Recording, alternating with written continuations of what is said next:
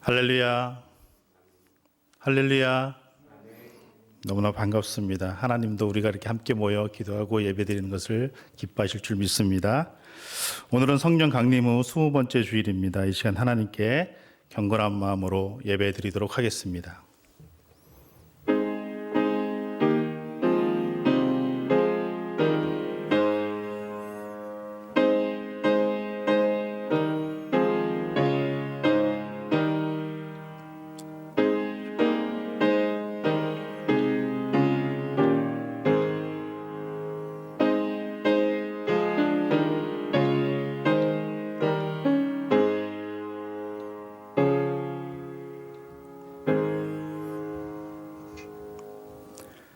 오라 우리가 여호와께 노래하며 우리의 구원의 반석을 향하여 즐거이 외칠지어다. 우리가 감사함으로 그 앞에 나아가며 시를 지어 즐거이 그를 노래하자. 여호와는 크신 하나님이시요 모든 신들보다 크신 왕이시기 때문이로다. 아멘. 우리의 힘이 되시고 능력이 되시며 구원의 뿌리 되신 하나님, 감사와 찬송과 영광을 올려드립니다. 인생의 무거운 짐을 지고 광야 같은 세상에서 방황하고 있는 저희들을 불쌍히 여기시고 안전하게 지켜주시며 평탄한 길로 인도하여 주신 은혜에 감사를 드립니다. 또한 거룩한 주일 우리의 손을 잡아 은총이 넘치는 이 예배의 자리로 이끌어 주시니 감사를 드립니다. 예배를 드리는 저희들 주의 보좌 앞에 무거운 짐을 다 내려놓게 하시고 하나님께서 베풀어 놓으신 구원의 상에 둘러앉아 평안과 기쁨과 안식을 맛보게 하여 주옵소서. 우리에게 복을 주시는 예수님의 이름으로 기원하옵나이다. 아멘. 우리 다 같이 일어나셔서 경배와 찬송 14장 찬송하도록 하겠습니다.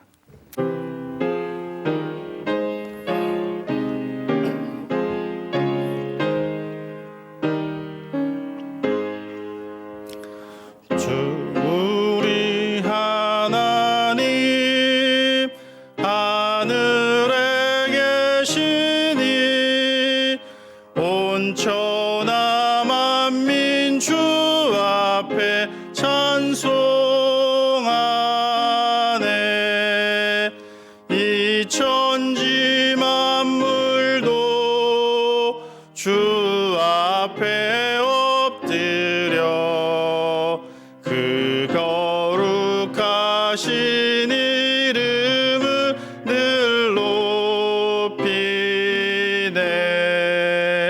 주 언약하신 것 끝까지 지키니 저 하늘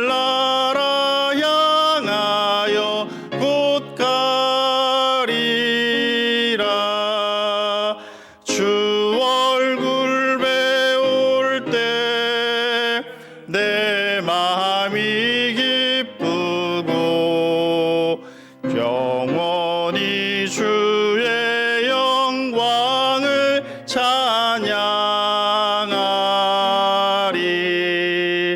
왕의 왕 되신 주 하늘에 계시니 이 세상 죄악 이기신 구주 예수. 저 천군 천사들 주 옹위하고서 무성도와 함께 영원히 늘 섬기네. 성삼위일체께 승리한 무리들 다 기쁜 소리 높여서 감사드려. 창조주 하나님 내 주님 되시니 주 앞에 나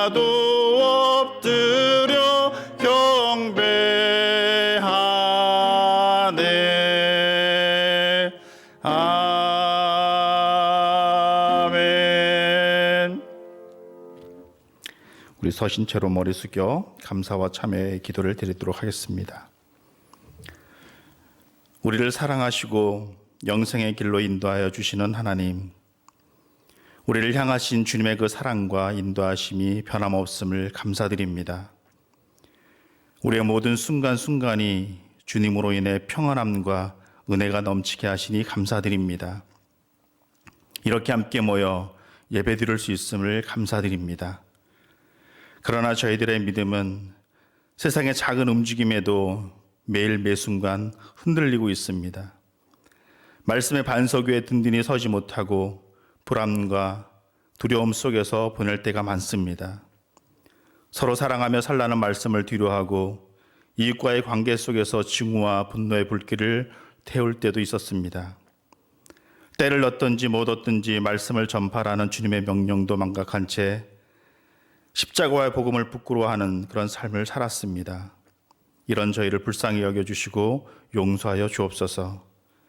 예수 그리스도의 십자가 보혈로 씻어주시고 이제 우리를 향하신 주님의 뜻을 깨닫고 주님의 뜻을 행하며 어떠한 상황, 어떠한 세상의 움직임에도 흔들리지 않는 믿음, 낭망하지 않는 믿음을 허락하여 주옵소서. 하나님의 자녀로서의 거룩한 삶, 은혜로운 삶을 살아가도록 인도하여 주옵소서. 지금은 하나님과 나만이 아는 은밀한 죄를 생각하며 우리 구주 예수 그리스도의 이름으로 묵묵히 참회의 기도를 계속하여 드립니다.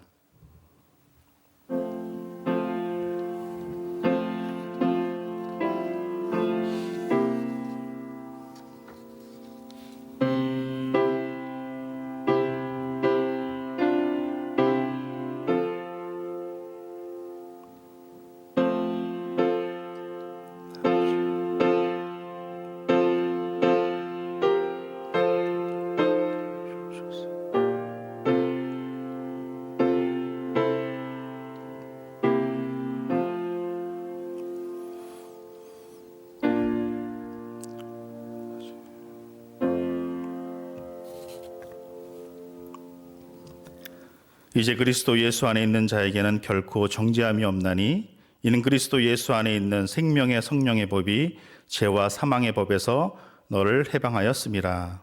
아멘. 우리 자리에 앉으셔서 교독문 20번 시편 33편을 교독하도록 하겠습니다. 교독문 20번 시편 33편입니다. 너희 의인들아 여호와를 즐거워하라. 찬송은 정직한 자들이 마땅히 할 바로다.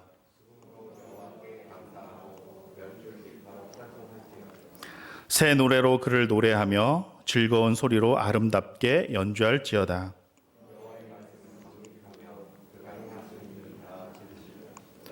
그의 공의와 정의를 사랑하시며 세상에는 여호와의 인자하심이 충만하도다.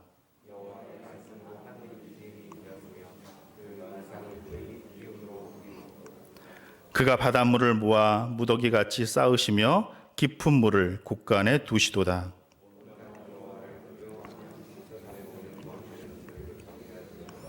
아멘. 우리 다 같이 사도신경으로 우리의 신앙을 고백합니다. 나는 전능하신 아버지 하나님 천지의 창조주를 믿습니다. 나는 그의 유일하신 아들 우리 주 예수 그리스도를 믿습니다. 그는 성령으로 잉태되어 동정녀 마리아에게서 나시고 본디오 빌라도에게 고난을 받아 십자가에 못 박혀 죽으시고 장사된 지 사흘 만에 죽은 자 가운데서 다시 살아나셨으며 하늘에 오르시어 전능하신 아버지 하나님 우편에 앉아 계시다가 거기로부터 살아있는 자와 죽은 자를 심판하러 오십니다. 나는 성령을 믿으며 거룩한 공교회와 성도의 교제와 죄를 용서받는 것과 몸의 부활과 영생을 믿습니다. 아멘. 우리 영광의 찬송 191장 찬송하도록 하겠습니다.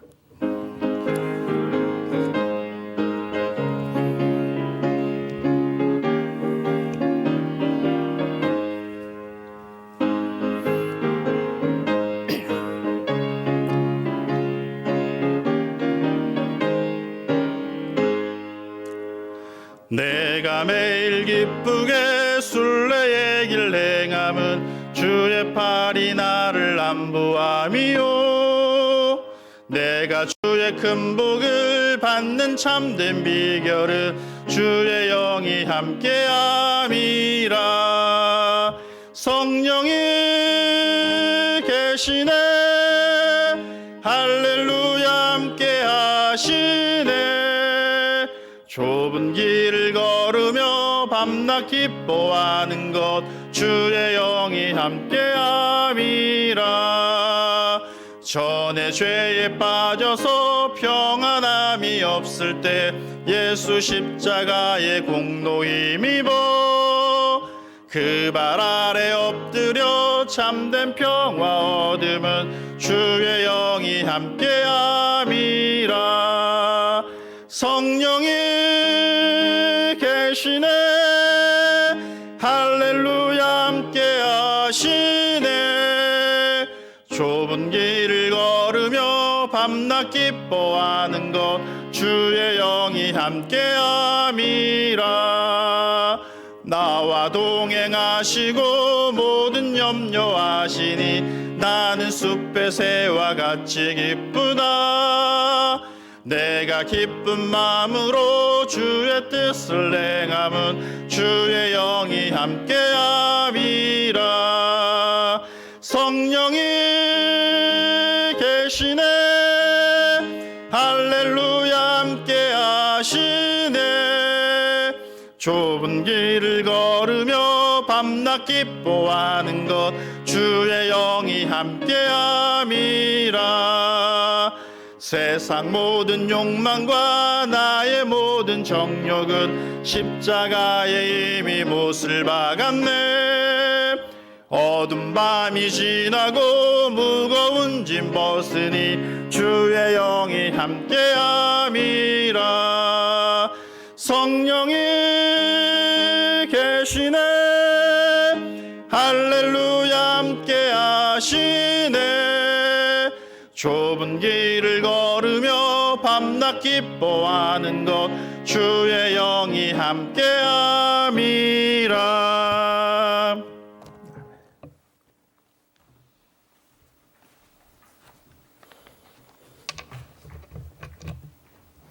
사랑의 하나님 아버지, 우리가 바빌론의 여러 강변 거기에 앉아서 시온을 기억하며 울었도다. 는 포로된 이스라엘 민족의 슬픔이 강도처럼 소리 없이 저희 삶에 찾아왔습니다. 저희가 교회 앞을 지나쳐도 교회 문을 들어설 수 없는 날들이 올 줄 꿈일 듯 알았겠습니까?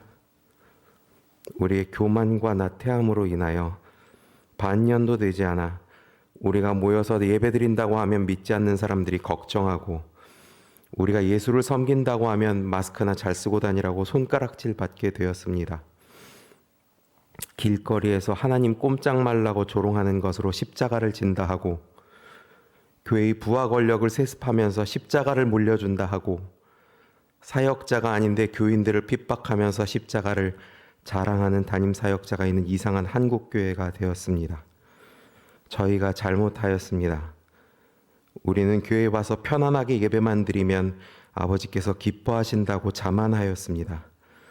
우리만 예배 잘 드리면 된다고 생각하였는데, 우리가 온전히 모여 예배 드리려면 온 한국교회가 깨끗하여야 한다는 사실을 이제서야 알았습니다. 우리 교회는 한국교회이고, 한국교회 예배가 우리 교회의 예배가 된 것을 이제 저희가 뼈에 사무치게 알게 되었습니다. 핍박받고 흩어졌던 초대교인처럼 목숨 걸고 치열하게 신앙인으로 살지 않아도 하나님의 이름은 가장 고귀하고 아름다운 이름이어서 어느 곳에서나 외치기만 하면 되고, 안 믿으면 안 믿는 사람 잘못이라고 무책임하게 교만하여졌었습니다. 하지만 저희는 하루 3번 닦는 우리 식탁의 숟가락만큼도 우리의 신앙을 닦지 않아서 세상 사람들에게 숟가락보다 혐오스러운 존재로 인식되게 되었습니다. 저희가 잘못하였사오니 이제 회복시켜 주시옵소서. 하지만 아버지, 아무렇지도 않게 교회 안에 뚜벅뚜벅 걸어 들어올 수 있으니 참 좋습니다. 소름 끼치도록 하나님의 영이 가득한 성전에 앉으니 참 좋습니다. 주의 궁정에서의 한 날이 다른 곳에서의 한 날보다 나은즉, 악인의 장막에 사는 것보다 내 하나님의 성전 문지기로 있는 것이 좋사오니 말씀이 오늘 저희에게 응하였습니다. 아픈 몸이 다 나을 것 같고 상처난 마음이 다 치유될 것 같습니다. 그렇게 될 줄 믿습니다. 저희 믿음이 저희를 구원하게 하여 주시옵소서. 사랑하는 하나님 아버지, 예배의 자리를 회복시켜 주시니 아버지께서 더욱 우리 아버지이신 것을 느낍니다. 그리스도를 초막 삼아 아버지 안에 영원히 거하게 하여 주시옵소서. 순결한 레위인 두 사람을 부부로 선택하시는 것으로 이스라엘 민족의 출애굽을 준비하셨던 것처럼 훈련과 고난으로 소중하게 준비된 목사님을 우리 강단에 세워주신 것을 감사합니다. 어려운 코로나 대유행 기간에 우리 목사님께서 그리스도의 고난을 먼저 감당하시는 은혜로 우리가 그 은혜의 남은 분량을 통해 성결해지도록 인도하여 주시옵소서. 예배의 처음과 나중 되시는 예수 그리스도의 이름으로 기도합니다. 아멘. 하늘에 계신 우리 아버지, 아버지 이름을 거룩하게 하시며 아버지의 나라가 오게 하시며 아버지 뜻이 하늘에서와 같이 땅에서도 이루어지게 하소서. 오늘 우리에게 일용할 양식을 주시고 우리가 우리에게 잘못한 사람을 용서하여 준 것 같이 우리 죄를 용서하여 주시고 우리를 시험에 빠지지 않게 하시고 악에서 구하소서. 나라와 권능과 영광이 영원히 아버지의 것입니다. 아멘.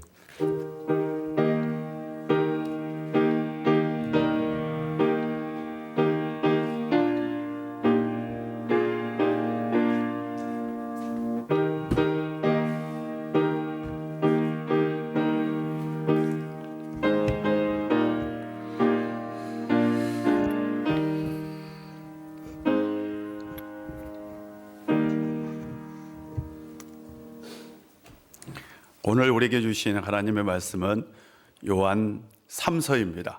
요한 1서, 2서, 3서 할 때 3서 1장 1절부터 4절입니다. 우리 다 같이 일어나서 하나님 말씀, 먼저 올해 우리에게 주신 하나님의 말씀을 우리 다 같이 한 목소리로 한번 합독하도록 하겠습니다. 예수는 지혜와 키가 자라가며 하나님과 사람에게 더욱 사랑스러워 가시더라. 아멘. 오늘 우리에게 주신 하나님의 말씀을 봉독하도록 하겠습니다. 장로인 나는 사랑하는 가이오 곧 내가 참으로 사랑하는 자에게 편지하노라. 사랑하는 자여, 내 영혼이 잘됨 같이 내가 범사에 잘되고 강건하기를 내가 간구하노라. 형제들이 와서 내게 있는 진리를 증언하되 내가 진리 안에서 행한다 하니 내가 심히 기뻐하노라. 내가 내 자녀들이 진리 안에서 행한다 함을 듣는 것보다 더 기쁜 일이 없도다. 아멘. 참 반갑고 좋습니다. 오늘도 하나님께서 여러분 가운데 함께해 주시고 하나님의 풍성한 은혜가 여러분 인생 가운데 늘 함께하기를 주의 이름으로 축복합니다. 하루는 제가 생각해 보았어요. 나는 성공한 사람인가? 이런 생각 하잖아요. 나는 성공한 사람인가? 혹시 여러분은 이런 생각 해본 적이 없습니까? 나는 성공한 인생을 살았나? 우리는 가끔 자녀들을 키우면서 이런 얘기를 하곤 했어요. 나같이 되지 마라. 이런 얘기를 했습니다. 나처럼 살지 마라. 그래서 열심히 공부시키고 열심히 뭐 하라? 라고 얘기를 했어요. 이렇게 말하는 것은 자신의 인생을 성공한 인생으로 여기지 않았기 때문입니다. 우리는 지금 성공적인 인생을 살고 있을까요? 어떤 기준점으로 보느냐에 따라 성공했다라고 말할 수 있고 성공하지 않았다라고 말할 수도 있습니다. 그러므로 어떤 기준을 가지고 있느냐라는 것은 매우 중요합니다. 오늘 저는 먼저 두 사람 얘기를 하고자 합니다. 다윗과 솔로몬의 얘기입니다. 다윗은 이세의 아들, 그것도 막내 아들로 태어났습니다. 그는 왕이 될 자질을 갖고 태어난 사람은 아닙니다. 그런데 이스라엘의 왕이 되었습니다. 하루는 그 당시 가장 유명한 선지자 사무엘이 이새의 집을 방문합니다. 그리고 이새에게 아들들을 다 모으라라고 얘기를 해요. 이새가 아들을 다 모았어요. 딱 한 사람, 다윗만 제외시켰습니다. 막내 아들 다윗 빼놓고 아들을 다 모았습니다. 형들이 다 사울 앞에서 인사를 할 때에 다윗은 그 자리에 없었습니다. 다윗은 아버지의 사랑을 받지 못한 아마 천덕꾸러기였던 것으로 보입니다. 그래서 그는 어려서부터 그냥 들에서 양을 치는 아이였어요. 하루는 아버지가 전쟁하고 있는 형들에게 심부름을 보냅니다. 그런데 어쩌다 보니 전쟁에 참전하게 되었어요. 어쩌다 보니 그 골리앗 알죠? 골리앗은 이겼어요. 어쩌다 보니 나라를 구한 영웅이 되어 있었습니다. 그리고 어쩌다 보니 왕의 사위까지 되었습니다. 왕의 사위가 되었으면 이제 좀 대우도 받고 행복하고 잘 살아야 되죠. 웬걸? 아버지의 사랑을 받지 못한 다윗, 장인 사랑도 받지 못합니다. 이런 인생은 없어요. 그렇지 않습니까?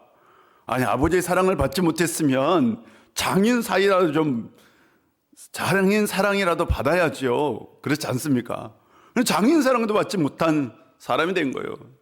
다행히 그에게는 처남이 있었는데 그 처남이 다윗을 끔찍하게 사랑합니다. 그래서 다윗을 죽이려고 하는 이 아버지의 손으로부터 다윗을 구해줍니다. 한순간에 다윗은 쫓기는 인생이 됩니다. 타국을 돌며 생명을 겨우 부지합니다. 골리앗을 이겼던 다윗, 왕의 사위였던 다윗. 그러나 그는 하루하루를 비참한 인생을 삽니다. 그의 주변에는 도망자, 실패한 사람들이 모여들어요. 도망간 사람, 실패한 사람들이 모여서 오합지졸이죠. 다윗은 그들을 데리고 다니면서 사람 대우를 다 해줘요. 그때부터 다윗의 리더십이 빛이 나기 시작합니다. 다윗은 쫓기는 중에도 사울 왕을 2번이나 살려줍니다. 진정 하나님의 사람의 모습을 보여준 거죠. 그런 오합지졸들을 데리고요, 싸움마다 승리를 합니다. 참 대단한 다윗이에요. 오합지졸 군대도 아니에요. 근데 그 사람들을 데리고 전쟁할 때마다 신기하게 승리를 합니다. 그러던 어느 날 자신을 죽이려고 했던 장인이 전쟁에서 전사를 합니다. 그리고 그는 고향 땅으로 돌아갑니다. 고향 땅에 돌아갔는데 사람들이 그를 보고 왕으로 치대합니다. 그래서 그는 그 지역에서 7년 동안 왕이 되었어요. 그 사이 북쪽에서 사울의 아들을 죽이고 사람들이 다윗에게 옵니다. 그리고 나서 다윗에게 왕이 되어달라고. 어쩌다 보니 통일왕국의 왕이 되었습니다. 왕이 되고 싶어서 된 게 아니에요. 그런데 이제 왕이 되었으면 좀 평안해야지요. 그렇지 않습니까? 왕이 되었으면 지금까지 인생 다 고통, 고난 다 잊어버리고 좀 편안하게 살아야 되는데 웬걸? 자식들이 치열하게 왕의 쟁탈전을 벌립니다. 나중에는 왕궁에서 쫓겨나기도 합니다.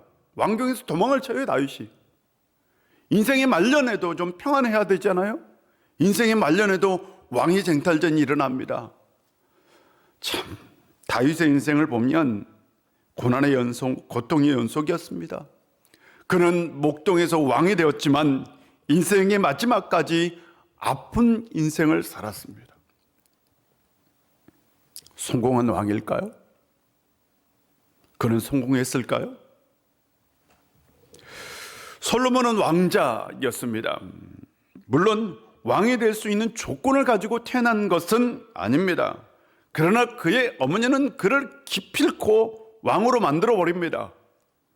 그의 어머니는 대단한 여인입니다.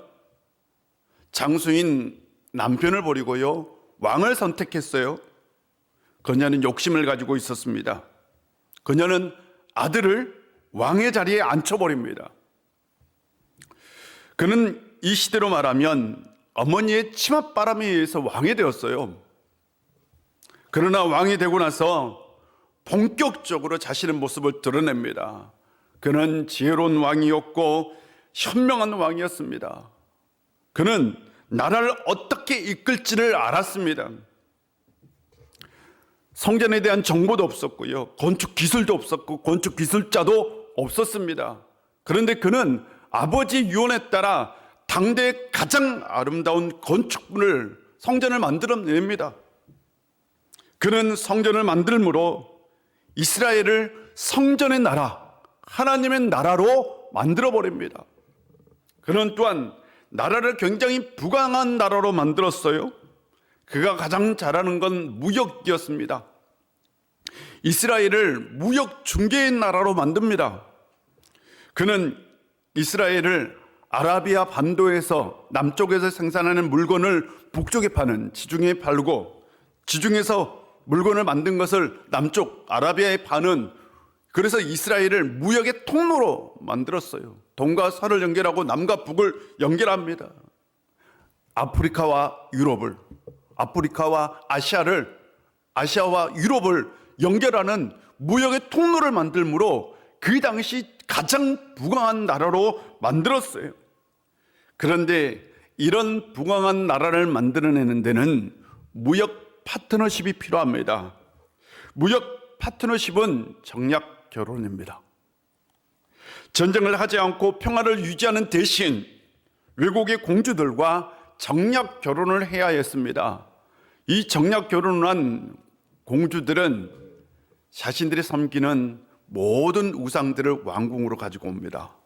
그래서 그 당시 왕궁은 우상 숭배의 중심지가 되었습니다. 뿐만 아니라 솔로몬은 성전을 건축하고 자신의 왕궁을 건축하고 그 왕비들의 이 궁도 건축하고 많은 또한 이 성곽을 건축합니다. 그러므로 백성들에게 노역의 짐을 지웠어요. 나중에 그것이 나라를 분열시키는 씨앗이 되었고, 그가 죽자마자 나라는 둘로 나눠집니다. 그는 성공한 왕일까요? 두 왕, 솔로몬과 다윗, 다윗과 솔로몬, 누가 더 성공한 왕일까요? 오늘날 세상적 관점에서, 경제적 또한 정치적 관점에서 보면 솔로몬은 성공한 사람입니다.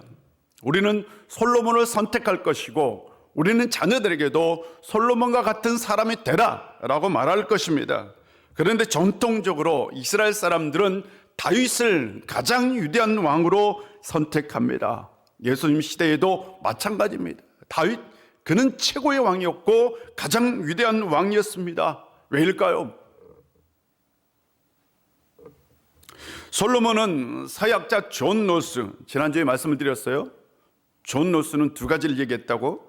사회적 우연성과 자연적 우연성.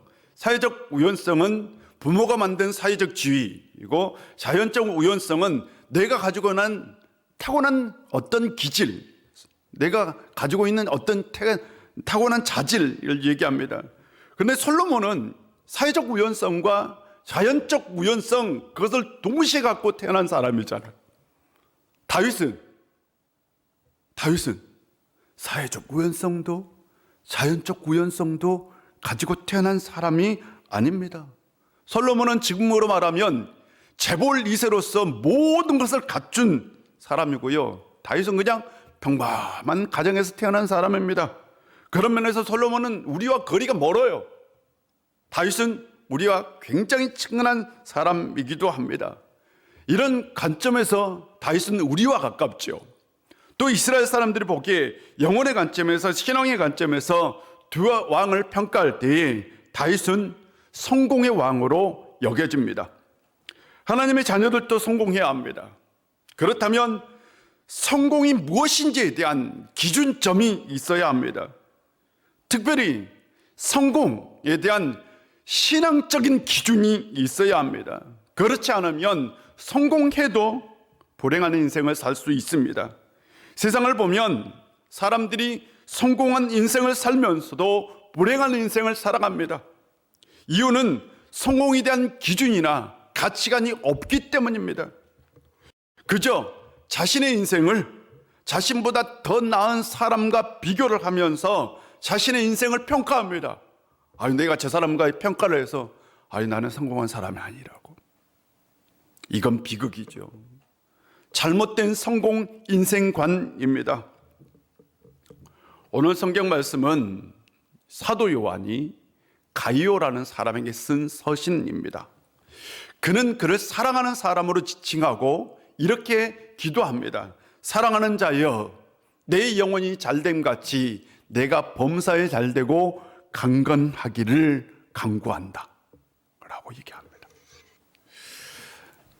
제가 신방을 다녀보면 이 성경 구절이요, 이렇게 성구로 가정에 이렇게 액자에 걸려있는 집이 참 많아요. 옛날에는 목사님들이 신방을 할 때에 이 성구를 가지고 신방을 많이 했고 또한 선물을 많이 줬어요. 사업장을 신방할 때에도, 가정을 신방할 때에도 이 말씀을 많이 전했어요. 우리가 이 말씀을 보면서 우리의 눈에 쏙 들어온 거 뭐냐면 범사에 잘되고입니다. 범사에 잘되고. 범사에 잘되고는 뭐예요? 하는 일이 잘 되는 거죠. 남편이 사업을 하면 남편이 사업이 잘 됐으면 좋겠고, 자녀가 공부를 하면 공부를 잘했으면 좋겠고, 내가 장사를 하면 장사가 잘 됐으면 좋겠어요. 이것이 바로 뭐예요? 범사에 잘되고입니다. 우리의 관심사는 영혼이 잘됨에 있지 않고 범사에 잘됨에 있죠. 당연히 우리가 범사에 잘 되어야 합니다. 하나님께서 그럴 만한 능력을 가지고 있습니다. 그런데 요한은 말합니다. 내 영혼이 잘됨 같이 라고 얘기합니다. 내 영혼이 잘됨 같이 범사가 잘돼야 된다 라고 얘기하죠. 사도 요한은 범사의 잘됨의 기준이 뭐냐? 그건 영혼의 잘됨이라고 얘기합니다. 매우 중요합니다. 사도 요한의 성공 기준은 영혼의 잘됨입니다. 범사의 잘됨보다 더 중요한 것이 영혼이 잘되는 것이죠. 그런데 우리는 이게 바뀌어 있어요. 우리는 영혼의 잘됨보다 범사가 잘 되어야 합니다. 범사가 잘못되면 시험이 들어요. 시험이 드는 게 사실입니다. 시험이 들잖아요. 그래서 우리는 영혼의 잘됨은 수단이에요. 범사의 잘됨이 목적입니다. 신앙생활하는 것도 범사가 잘 되기 위해서 신앙생활을 하고 있는 거죠. 성공의 기준이 뭔가 뒤틀려 있는 겁니다. 가이오는 영혼이 굉장히 잘된 사람이라고 평가를 합니다. 그는 영혼이 굉장히 건강한 사람입니다. 가이오가 영혼이 건강하다는 건 뭘까요? 요한의 고백에 의하면 사람들이 이 가이오에 대해서 얘기하기를 그는 진리 안에서 행하는 사람이라고 얘기를 해줬어요. 사람들이 와서 소식을 전했는데 가이오 진리 안에서 행하는 사람입니다 라고 얘기를 했어요. 도대체 진리 안에서 행한다라는 게 뭐냐라는 거죠. 그 당시 교회가 안고 있는 가장 큰 문제는 영주주의 이단과의 싸움입니다. 모든 교회들이 대부분 영주주의 이단과 싸움을 하고 있었고 이 문제를 잘 이겨내야 했습니다. 아마 가이오도 영주주의 이단과 싸운 사람이었고 아마 교회를 이끌 때에 잘 이겨냈던 사람으로 여겨집니다. 그런 면에서 그는 영적으로 강한 사람이었다. 영적으로 강한 사람. 어떤 사탄의 유혹이나 이란 세력의 침범에도 끄떡하지 않는, 그래서 사도 요한은 이렇게 얘기합니다. 내 자들이 진리 안에서 행한다는 것을 듣는 것보다 더 기쁜 일이 없다라고 얘기합니다. 사도 요한에게 가장 큰 기쁨은 뭐냐? 영적으로 강한 거예요. 누군가가 영적으로 강하다라고 얘기를 들을 때 그는 그것이 가장 큰 기쁨이다라고 얘기합니다. 사도 요한이 바라는 건 영혼의 잘됨이 먼저이고 그 다음 범사가 잘 되는 거죠. 사도 요한에게 성공의 기준이 있다면 영혼의 잘됨입니다. 다윗은 신앙적으로 성공한 사람이에요. 솔로몬은 신앙적으로 성공했다 말할 수 없는 사람입니다. 우리의 성공 기준도 범사의 잘됨보다 영혼의 잘됨이 우선이 되어야 합니다. 우리는 이것을 자녀들에게 삶으로 보여주고 있을까요? 하나님을 믿으면서도, 내가 하나님을 믿어요. 그런데도 야, 나처럼 살지 마 라고 말하는 건 내 인생은 실패했어 라고 말하는 것과 같은 거죠. 딸이 중학교를 다닐 때요, 중학교 반 친구 중에 반에서 1등 하는 아이가 있었어요. 1등. 근데 얘가 전교 3등을 했습니다.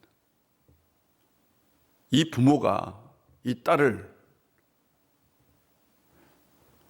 욕을 하면서요, 딸에게 너 왜 전교에서 1등하지 못했느냐 욕을 하면서 혼내고요, 야단을 치고.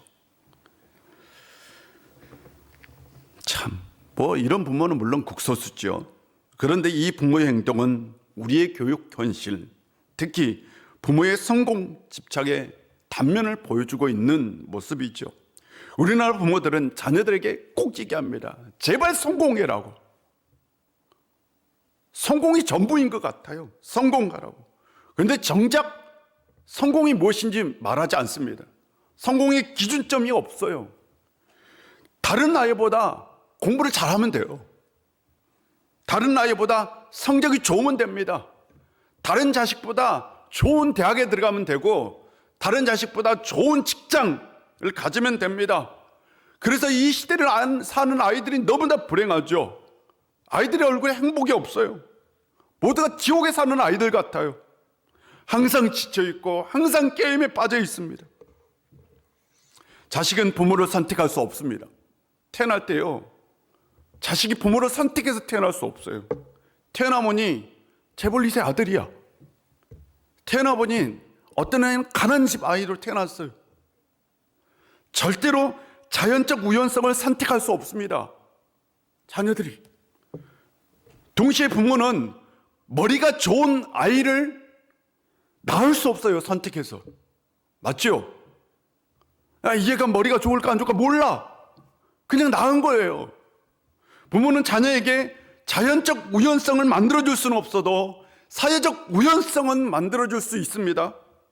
그런데 부모는 사회적 우연성을 만들어주지 않으면서 자연적 우연성이 없다고 자식을 학대합니다. 자유를 박탈하고 선택권을 억압합니다. 이것이 우리나라의 현실이죠. 자녀들은 부모들에게 이렇게 항변할 수 있어요. 열심히 노력해서 왜 전교에서 1등하지 못했느냐고요? 그러면 부모 열심히 노력해서 왜 부자가 되지 못했습니까? 요즘 코로나로 인하여 학교를 가지 못하니 초등학교 6학년 학생이요, 학원에서 놀랍 중학교 3학년까지 중학교 3학년 과정까지 선행학습을 끝낸다고 합니다. 초등학교 6학년이 중학교 3학년 끝까지 선행학습을 해요. 초등학교 6학년이 하루에 10시간씩 학원에서 공부를 해요. 부모도 하루에 10시간씩 노동하지 않는 세상이잖아요. 신앙은 뒷전이고 인성도 뒷전이고 오로지 공부입니다. 우리나라 교육은 경쟁 원리를 도입했어요. 모든 학생을 경쟁을 시켰어요. 한 줄로 나열을 시킵니다. 상대를 받고 올라가야지 이긴 세상을 만들었어요. 물론 현대사회에서는 경쟁은 필수입니다. 필요합니다. 우리나라의 발전의 원동력이 되기도 했습니다. 그러나 앞으로 4차 산업혁명을 얘기합니다. 맞죠? 집사님 잘 알잖아요. 4차 산업혁명 시대에서 인간의 경쟁자는 인간이 아니죠. 인공지능입니다. 인간이 인간의 경쟁자가 될 수가 없어요. 앞으로는 절대로. 인간은 서로 협력하고요, 협업해야 하는 세상이 돼. 그래야 인공지능을 이길 수 있어요. 그런 세상에서 여전히 누구를 이기라고 얘기합니까? 사람을 이기라. 경쟁자든 옆에 있는 애가. 특별히 우리나라 교육에는 승자독식 구조를 도입했어요. 1등에게 모든 걸 몰아주죠. 승자독식 사회는 인간성의 상실, 불평등을 초래합니다. 승자 독식 사회에서 1%가 모든 부를 다 독차지합니다. 자본주의 사회가 가지고 있는 불평등 시스템입니다. 이런 사회에서 인간은 불행합니다. 이런 사회에서 인간은 성공해도 자신이 성공했다고 생각하지 않아요. 성공의 자리에 있어도 불행합니다. 그런데 기독교인도 이런 성공의 가치관을 가지고 살아간다는 사실이죠. 그래서 신앙생활을 해도 불행해요. 예수님을 믿어도 불행하고 하나님을 믿어도 불행합니다. 조금만 가난해도 불행하고요. 직장이 좋지 않아도 불행합니다. 남과 비교를 해서 좀 더 덜 가졌으면 불행합니다. 하나님을 믿는데도 성공의 기준이 자본주의적 성공의 기준입니다. 하나님을 믿는데도 내면의 뿌리까지 거듭나지 못한 거죠. 그래서 나는 성공한 사람이 아니야 라고 말합니다.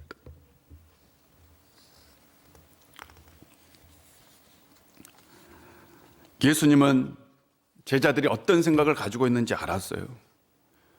예수님의 제자들은 성공에 목말랐던 사람들입니다.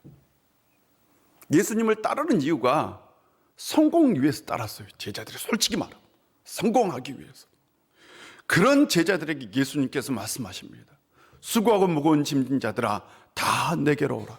내가 너희를 쉬게 하리라. 나는 마음이 온유하고 겸손하니 나의 멍에를 메고 내게 배우라 라고 말씀하셨어요. 이 말씀을 언제 했을까요? 세례 요한이 감옥에 갇혔을 때입니다. 세례 요한은 당시 엄청난 인기를 이끌었던 사람입니다. 그 당시 이스라엘에서 가장 유명한 사람이 누구냐? 세례 요한입니다. 세례 요한 그 인기를 잠재우기 위해서 헤롯은 그를 감옥에 가두어야 했어요. 그 정도였습니다. 제자들은 예수님께서 세례 요한이 누리고 있는 그 인기를 이어받기를 원했어요. 그래야 자신들도 성공할 수 있다라고 생각한 거예요. 예수님은 이런 제자들의 마음을 알고 있었습니다. 예수님은 제자들이 왜 자신을 따르고 있는지 알고 있었어요. 잘못된 성공의 기준이 나중에 자신을 버릴 거라는 것도 알고 있었습니다. 그런 제자들에게 예수님께서 말씀하십니다. 야, 내게 배우라. 내게 배우라. 예수님의 배우라고 하는 건 온유하고 겸손한 마음입니다. 예수님께서 마음을 강조하셨어요. 예수님께서 외적인 것을 강조하는 것이 아니라 내적인 것을 강조하셨어요. 마음이 온유하고 겸손한 건 내면의 강함을 말합니다. 내면이 강한 게 진짜 강한 거죠. 아무리 외적으로 성공했다 할지라도 내적으로 약하면 그건 아무것도 아닙니다. 진짜 성공은 내면의 강함에서 옵니다. 영혼의 잘됨은 신앙의 건강성을 말합니다. 이 땅에 많은 그리스도인들이 기복신앙을 가지고 살아갑니다. 내가 하나님을 믿으면 돈도 잘 벌고 부자가 되고 형통하고 평안하게 살 것이다. 그렇지 못하면 불행한 거죠. 그건 신앙이 무엇인지 모르는 겁니다. 예수님이 우리에게 보여준 신앙은 외적인 부요함이 아니라 내적인 강함입니다. 십자가의 상징은, 십자가가 우리에게 보여주고 있는 건 외적인 부요함이 아니라 내적으로 강해지는 겁니다. 신앙의 진정한 목적은 영혼의 잘됨에 있습니다. 맞죠? 신앙의 진정한 목적은 우리의 영혼의 풍성함에 있습니다.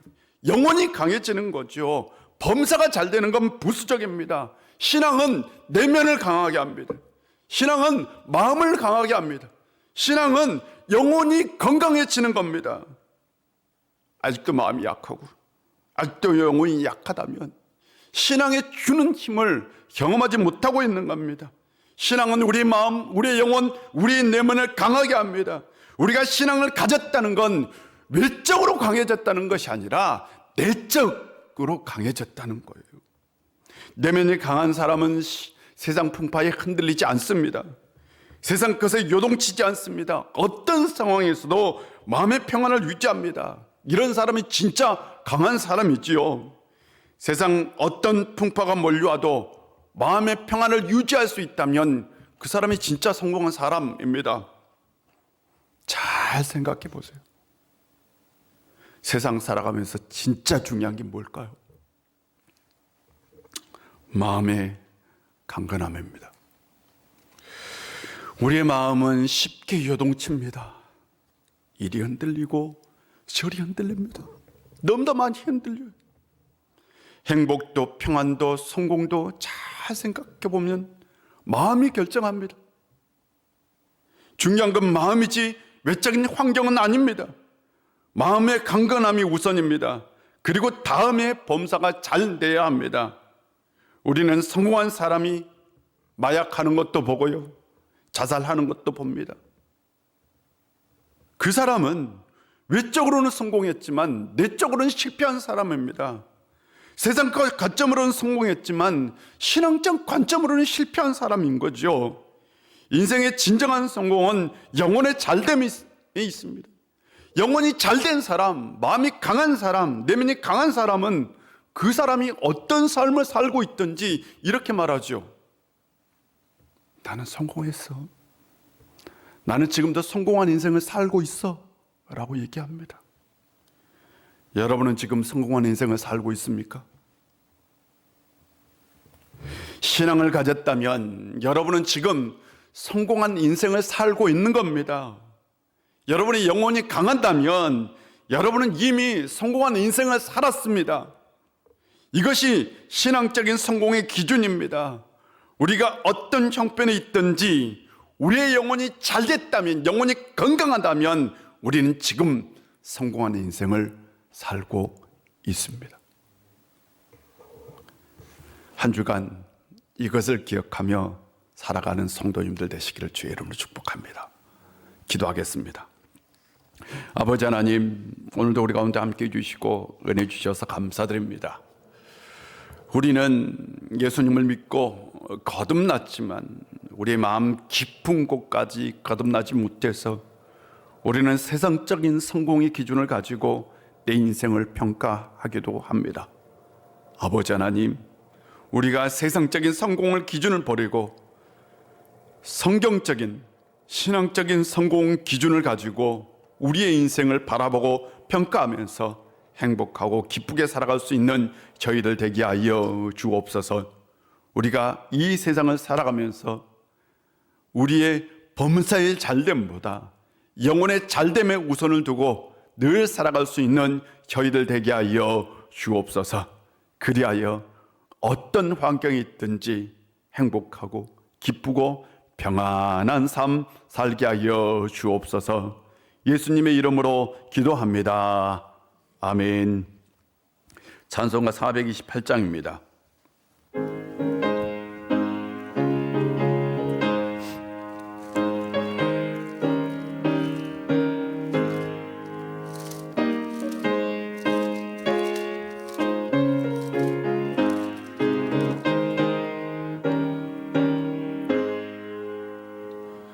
내 영혼에 햇빛 비치니 주 영광 찬란해.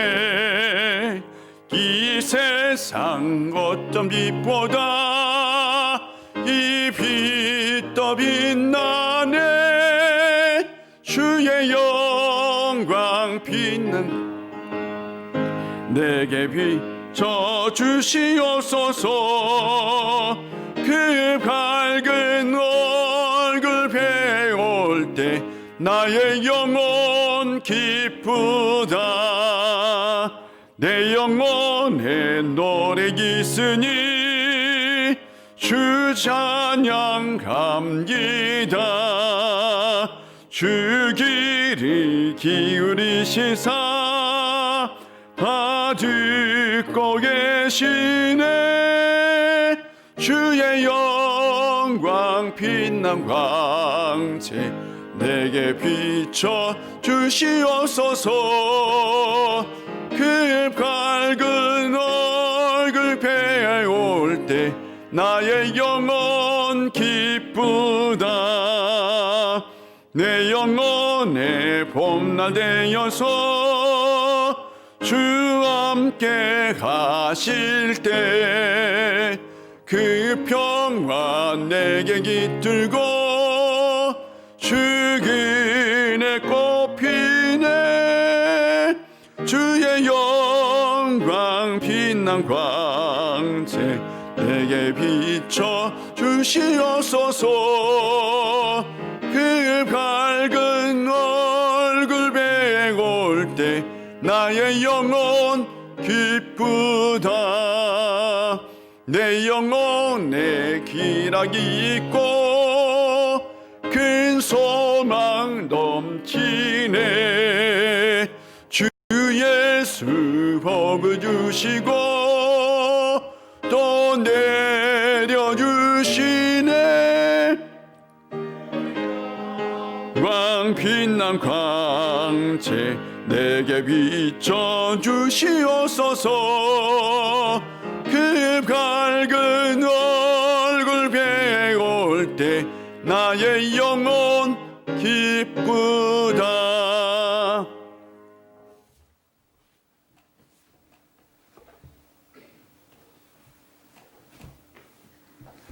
기도하겠습니다. 하나님 아버지, 오늘도 우리 가운데 함께 해주시고 이렇게 귀한 예배 드릴 수 있도록, 특별히 주의 성전에 나와서 이렇게 예배 드릴 수 있도록 은혜 주셔서 참 감사드립니다. 이 예배가 이젠 끊이지 않고 지속될 수 있도록 그 은혜를 우리 가운데 허락하여 주옵소서. 이 시간 우리가 하나님께 주신 그 은혜를 기억하면서 빈손으로 나오지 아니하고 정성껏 예물을 준비하여 가지고 나왔습니다. 모든 건 다 하나님께서 우리에게 허락해 주셨고, 그 허락해 주신 것의 일부분을 가지고 다시 하나님 앞에 드리오니 하나님 받아주시고 흠양하여 주시고 우리의 드리는 손길 위에 하늘의 신령한 복으로 땅의 기름진 복으로 채워 주옵소서. 아버지 하나님, 이 땅의 교회들이 많이 힘듭니다. 코로나 때문에 이 땅의 교회들뿐만 아니라 우리 교회도 힘든 상황 가운데 놓여 있지만 하나님께서 함께해 주시고 도와주시면 다시 일어서고 회복될 줄 믿습니다. 이 예물을 통해서 우리 교회가 맡겨진 사명 잘 감당하게 하여 주옵시고 이 땅 가운데서 하나님의 나라를 이루고 생명 역사, 복음의 역사를 만드는 교회 되게 하여 주옵소서. 우리 우일의 권속들 하나님께서 함께해 주시고 한 주간 살아갈 때에 그들의 삶 가운데 함께하여 복에 복을 더하여 주옵소서. 예수님의 이름으로 봉헌 기도 드립니다. 아멘.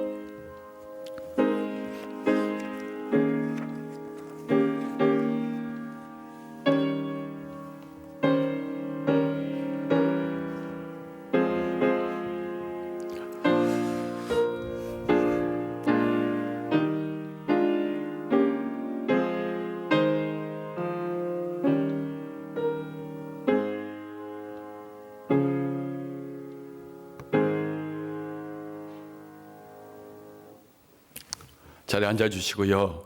교회 소식을 전해드리겠습니다.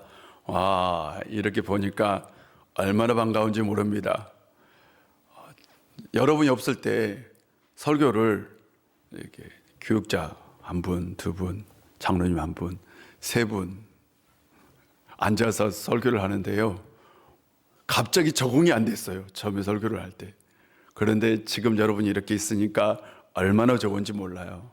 더 이상 이제 코로나가 확산되지 않아서 이렇게 교회에서 예배드렸으면 참 좋겠습니다. 그렇게 될 수 있도록 기도해 주시고요. 여러분, 저를 위해서도 기도해 주셨죠. 저도 여러분을 위해서 기도했답니다. 늘 건강하고 행복한 신앙생활 했으면 좋겠습니다. 수요 예배, 새벽 기도회는 정상적으로 드려질 예정인데 아직까지 오후 예배와 심야 기도회는 우리가 조금 상황을 보면서 결정하려고 합니다. 그렇게 기억해 주시고, 우리가 지난 10월 동안 릴레이 기도를 했어요. 보니까 참 좋더라고요. 한 분씩 나오셔서 기도를 했는데, 혹시 계속해서 목사님 교회 나와서 기도해도 됩니까? 네, 됩니다. 자기 시간 있죠. 자기 시간 나와서 기도해도 돼요. 나오셔서 기도하시면 더욱더 좋을 것 같습니다. 그리고 우리가 매일마다 말씀 묵상을 우리가 이렇게 녹음을 해서 구역장님들에게 다 보내주고 있어요. 매일마다 새벽 기도 대신해서. 그러니까 혹시 받지 못하는 분들은 구역장님들에게 얘기를 하세요.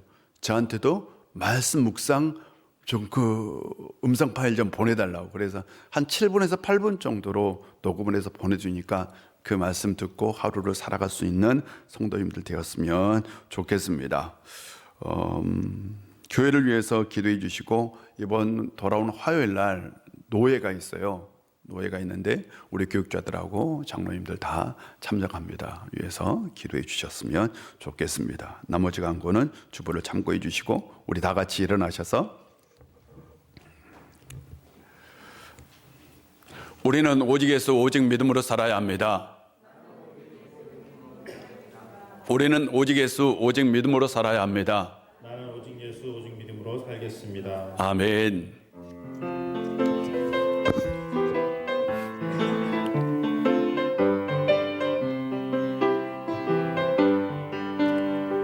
네 담장 너머로 뻗은 나무 가지에 푸른 열매처럼 하나님의 귀한 축복이 삶에 가득히 넘쳐날 거야. 너는 어떤 시련이 와도 능히 이겨낼 강한 팔이 있어. 전능하신 하나님께서 너와 언제나 함께 가시니 너는 하나님의 사랑, 아름다운 하나님의 사랑. 나는 널 위해 기도하며 내 길을 축복할 거야. 너는 하나님의 선물, 사랑스러운 하나님의 열매, 주의 품에 꽃 피운 나무가 되어줘.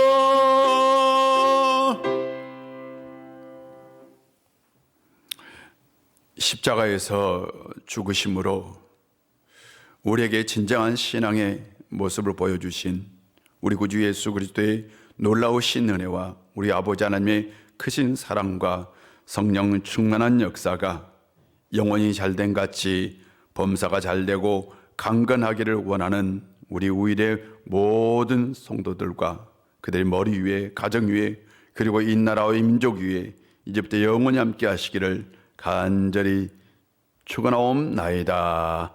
아멘.